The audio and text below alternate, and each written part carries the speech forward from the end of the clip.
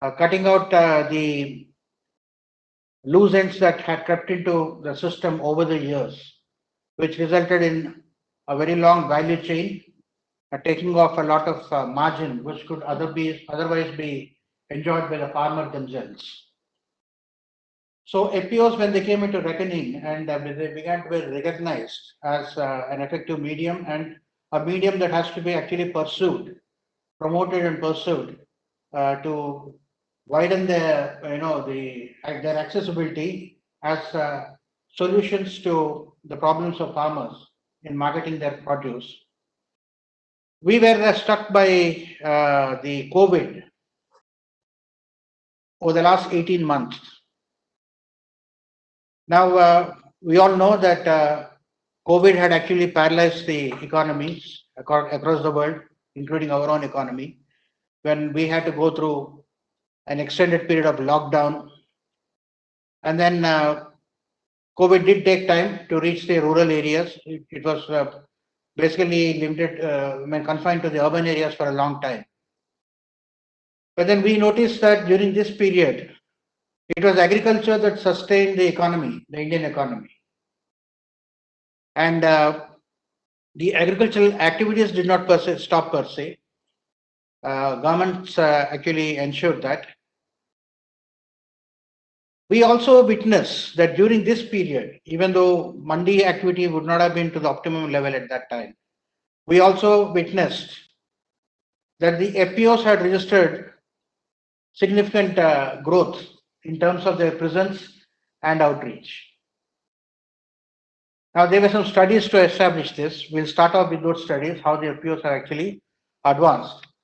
And then we'll be looking at the other aspects of FPO development and how the financing could actually be done.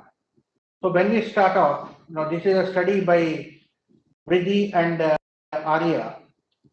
It showed that during COVID, as a COVID response, the membership reached 70% of FPOs. 48 FPOs took initiatives for member awareness on COVID-19. 24 of FPOs distributed groceries and food to vulnerable communities. 56% of FPOs reported labor returning to their villages. And that would have had a fair impact on upscaling the cropping activities itself. And 20% saw them as a resource for FPO for agriculture. So during this period, the average membership of FPOs crossed 828 per FPO. 130 lakh average turnover was witnessed in 1819. And 46% of the sample that the study had covered had membership below 500, and 21% of FPOs had turnover of more than 100 lakhs. Now, over a short period, significant movements were actually seen. Some very good, some giving us feedback that more has to be done to see that the FPO movement itself goes to the next scale. Now, how the FPOs helped in lockdown. Now, these are reported in the press. I'll not be reading this. I'll be leaving this with you as a part of the study material. Significantly, we found in Maharashtra, for instance, the Farmers Producers Company Limited reached a revenue of 550 crore from pulses procurement alone. So that much should actually give an indication of the scale at which FPOs started, finding feet for themselves in the face of a calamity. The lockdown actually helped them. Okay, and then farmers, you can read the headline, farmers turn to FPCs to tackle financial crisis.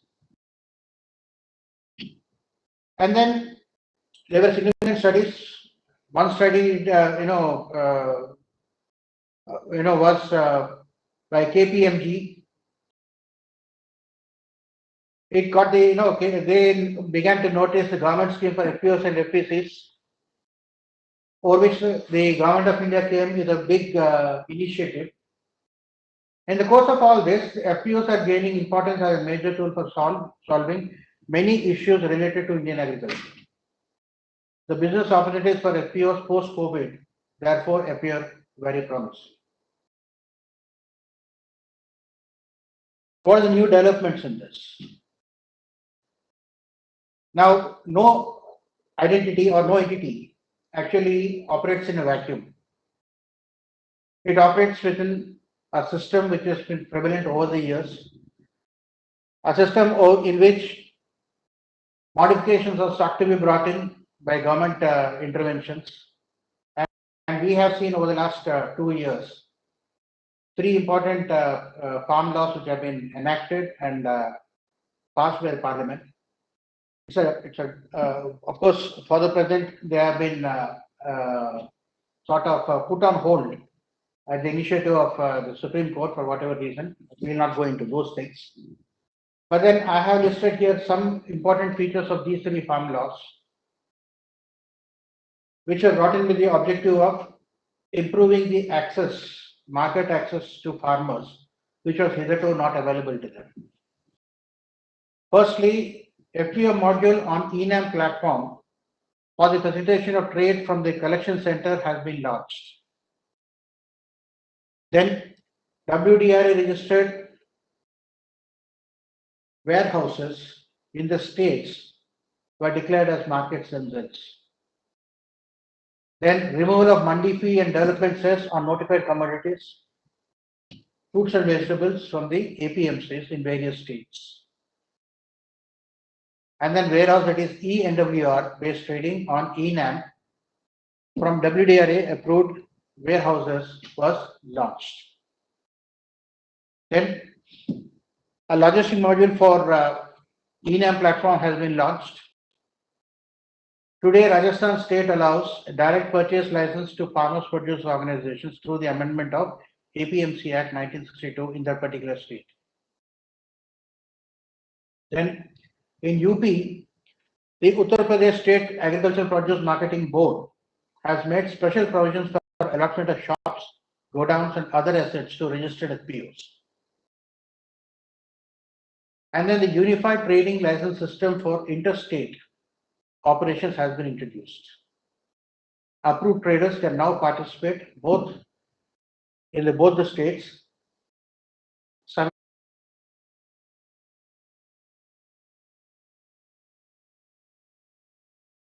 organizations, compelling the sale of the produce to the APMC or mandi within the area of operation have been removed. It's not that now the FPOs, the farmers have an option to either sell in the mandi if they find it more attractive to them, or look elsewhere. The sum and substance of the entire initiative is only that. So you have now we have something called the Kisan Rath portal has been launched. This facilitates transportation process of agricultural produce. The process is that you have to register on the portal, then log into the project dashboard, and then there's an online application for approval. Once that is done, you apply for booking a transport, and then you are taken to the Kisan Rath facility. Then, who are the beneficiaries for all this? When we understand the value chains, and here it comes up importance of value chains, understanding that, and what are the deficiencies that have been evolved. I mean, that crept into the value chain system over the years, and where the farmers have lost. Typically, the value chains are very long. You have the inputs, the production stage, then you have the local sale, then you have the consolidation and transportation, then the processing, packaging, inspection, commercial sale, and the consumers. The chain is pretty long. And at the farm level, you have the farmer, then the RTRs, that is the middleman, and then the traders. You have the commission agent, then you have a wholesaler, retailer, and the consumer. Now, this position from where the farmer, the good starts from the farmer and it reaches consumer, the entire chain gobbles up a sizable portion of the total margin that goes almost to 60 to 70%. which means the farmers are just left with 30 to 35% of the total value that is paid by the consumer for that agricultural produce. Now, this is where the FPOs were considered vital, because once the aggregation takes place, the farmers get bargaining power, and on the banner of the FPO, most of, part of this value chain can be nullified. You may not be able to nullify the entire thing, but part of the value chain, which gobbles up sizable amount of margin that could be in the hands of the farmer, that portion of value chain could be nullified or removed. So we know why FPOs are formed, and as OPs, the NGOs know how much time it actually takes for a FPO to stand on its own feet. Typically, the expectation is that once the idea finds appeal with the farmers, which means the pre-formation stage of the life cycle of a FPO, that takes a significant effort. And then when the FPO is formed, it takes a time for all the farmers spread over maybe a couple of 2 or 3 villages coming together with a common intention of collective procurement of inputs as well as sale of harvested produce under a single banner called the FPO. And then the capacity building phase of the farmers, their representatives who are elected as board of directors, their understanding of nuances of the market mechanism and the legal formalities, maintenance of account books, etc. All this takes time. So for each of the stages, money is required. The first stage is the incubation early stage. Now here, obviously the FPO will not have any funds of its own. Therefore, there is a significant portion of grant support for training, exposure and system development. The second stage would be the emerging and growing stage, where the FPO members themselves start trying to make available finances from within. And that's when you have equity financing and working capital coming into the picture. That third stage is the mature stage. This is where the business expansion takes place. And here the FPO needs debt capital as well as term loans. Now, in terms of working capital in the emerging and growing stage, there are some vulnerabilities which the FPOs will not be able to muster because of lack of collaterals. Now, the institutional mechanism that's been developed over the years has taken note of this, and how it is responded in trying to bring in financial products for that we'll see as we go on with the lecture. Now, in the early incubation stage, the financial need of a FPO revolves around the cost of mobilizing farmers, registration cost of operations and management, training, exposure visit, etc. Accordingly, the agencies engaged in promotion of FPOs require grant support to set up FPOs, take them through the various systems and processes, including, most importantly, governance for self-management. Now, this is a theoretical framework. At the implementation stage, however, some issues will be faced. The typical ones are most projects funded by the donors are limited to 24 to 36 months of life cycle. Now, therefore, there is a need to providing handholding support to the FPOs for a minimum period of 5 years so as to stabilize their business operations. Now, unlike the traditional livelihood projects,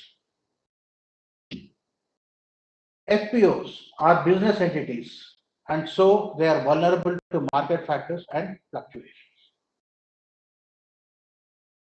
FPOs cannot access international funds as they do not have FCRA exemption.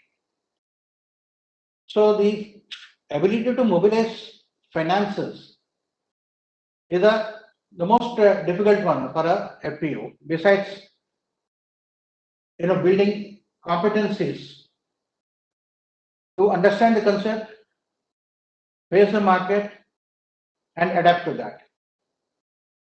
There are two basically. The finance is daunting one.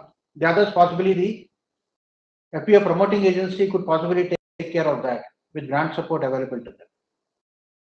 Now, instead of equity financing, it is a fact that the limited investment capacity of small and marginal farmers will limit the contributions made by them to raise FPO equity. And in order to augment equity base of FPOs, the SFAC, as I was talking about specialized agencies which are, recognize the fact that they have a role to play to help the FPOs stabilize. So SFAC provides equity matching grant equivalent to the amount of equity contribution of the shareholders, subject to a maximum of 10 lakhs. And for the purpose of working capital, it is currently available through the window of public sector banks and NBFCs. Some commercial banks offer working capital assistance to FPOs, include ICICI Bank, Union Bank of India, Canara Bank, Vijaya Bank, Ratnagar Bank, etc. Maybe the list would possibly include a few more because it's a continuing process. Now, the other examples of NBFCs to provide working capital are, I named a few here, Ananya Finance, and NAP Kisan, etc. At the mature stage, finance is required for quality improvement along with value chain of the produce. Now, for example, the FPOs dealing with pulses would require loans for small dal mills, cotton ginning units for FPOs in cotton growing areas, decorticators in groundnut, and so on in the respective areas. Now, capital loans are required to build infrastructure that FPOs want to develop, or to set up processing units, processing, grading or sorting yards, storage godowns, cold storages, transport facilities, etc. Now, although Reserve Bank has included financing up to rupees 2 crores to FPOs under priority sector lending and loans up to 5 crores to FPOs under indirect agriculture,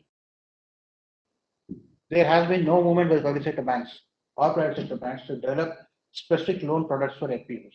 This is a present reality. On the contrary, the NBFCs have taken the lead in fulfilling the finance needs of the FPOs. Now, this is where the FPCs and agri startups gain significance. The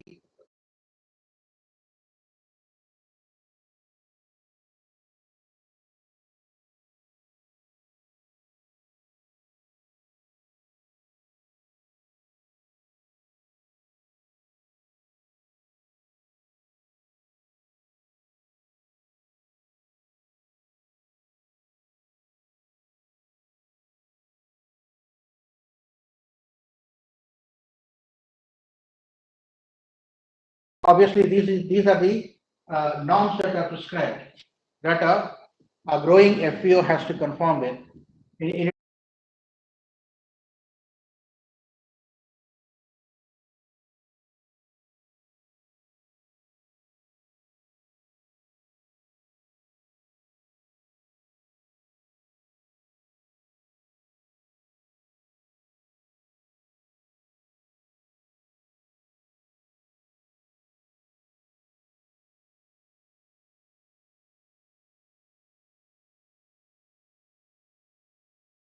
cases. Now, the Act of Financial Intermediaries for farm credit, livelihood support, insurance, etc. That could be another area. Custom hiring centers, custom hiring centers for farm machinery or processing of pre and post harvest requirements. And then, yes, the other opportunities, aggregation and procurement and packaging services, the produce from the farmers, members. Marketing services including storage, retail, bulk supply to processes, facilitate commodities, marketing, trading, etc. And then you have the technical information services like market information, common service centers for government, private services. So in the sense, this becomes a vehicle for market intelligence and dissemination of information for stakeholders, other stakeholders too. While studying the cause of the farmer members, they become a source of information for other stakeholders too. And then they can offer processing services, which we have already discussed, networking, transport facilitation services, etc. So, as the FPO starts growing, obviously it has to become more and more business oriented. There has to be some kind of vision plan and how the business planning process has to start. So that these will include business ideas generation, then you have financial plan, you have market plan, you identify business opportunities, and then identify some of the business opportunities and select commence activities in some of them. You also recognize the opportunities and threats for each of those activities, or do some analysis for that. Shortlist the business ideas, and then start executing it. Then, as we said, the most important limiting factor for FPO is finance. Now, what are the various components of that? What are the various cash outflows which FPO has to meet with reference to its business activities? Well, that can include, to start with, infrastructure like warehouses and machineries. You have the requirement for procurement of agri-produce, inputs, raw materials, etc., storage, processing, transportation, insurance. And the estimate is determined by the nature and size of the business of the particular FPO. And then capacity building costs for board of directors and the executives of the farmer producer company or organization, whatever name we call it. And then they need a place for carrying on their activities like in the registered office, so they need